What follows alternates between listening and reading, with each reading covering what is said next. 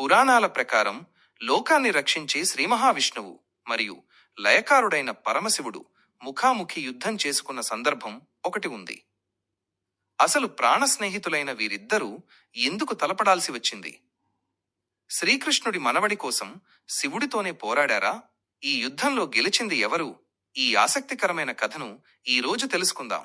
బాణాసురుడు. ఇతడు బలి చక్రవర్తి కుమారుడు. గొప్ప శివభక్తుడు.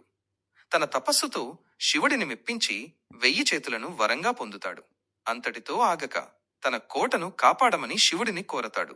అయితే తన బలాన్ని చూసి గర్వపడిన బాణాసురుడు తనకు సమానమైన వీరుడు ఎవరూ లేరా అని శివుడినే అడుగుతాడు. అప్పుడు శివుడు నవ్వుతూ, నీ కోటపై ఉన్న జెండా ఎప్పుడు కింద పడుతుందో అప్పుడు నిన్ను ఓడించే వీరుడు వస్తాడు అని చెబుతాడు. ఒకరోజు బాణాసురుడి కుమార్తె ఉషకు కలలో ఒక అందమైన రాజకుమారుడు కనిపిస్తాడు. తన స్నేహితురాలు చిత్రలేఖ తన మాయాశక్తులతో ఆ వ్యక్తి శ్రీకృష్ణుడి మనవడైన అనిరుద్ధుడు అని గుర్తిస్తుంది. చిత్రలేఖ గాలిలో ప్రయాణించి ద్వారకలో నిద్రిస్తున్న అనిరుద్ధుడిని అపహరించి బాణాసురుడి కోటకు తీసుకువస్తుంది. విషయం తెలిసిన బాణాసురుడు అనిరుద్ధుడిని బంధించి జైల్లో వేస్తాడు.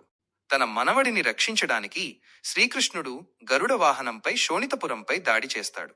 కాని బాణాసురుడి కోటను రక్షిస్తానని శివుడు మాట ఇచ్చాడు కదా.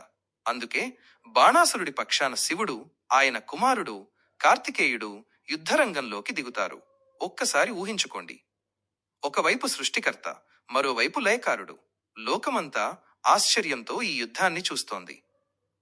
యుద్ధం భీకరంగా సాగుతోంది. శివుడిని ఎదుర్కోవడం ఎవరికీ సాధ్యం కాదు.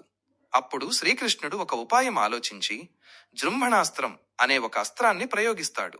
ఈ అస్త్రం ప్రభావంతో పరమశివుడు కాసేపు మత్తులోకి జారుకుని నిద్రపోతాడు.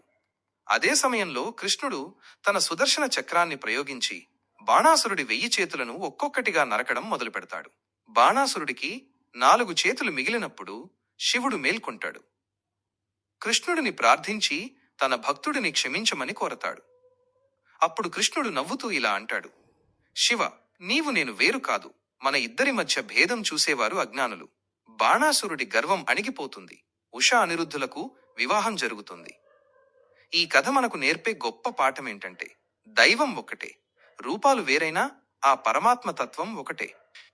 చూశారు కదా? శివకేశవుల మధ్య జరిగిన ఈ అద్భుత యుద్ధం గురించి మీకేమనిపించిందో కింద కామెంట్ చేయండి.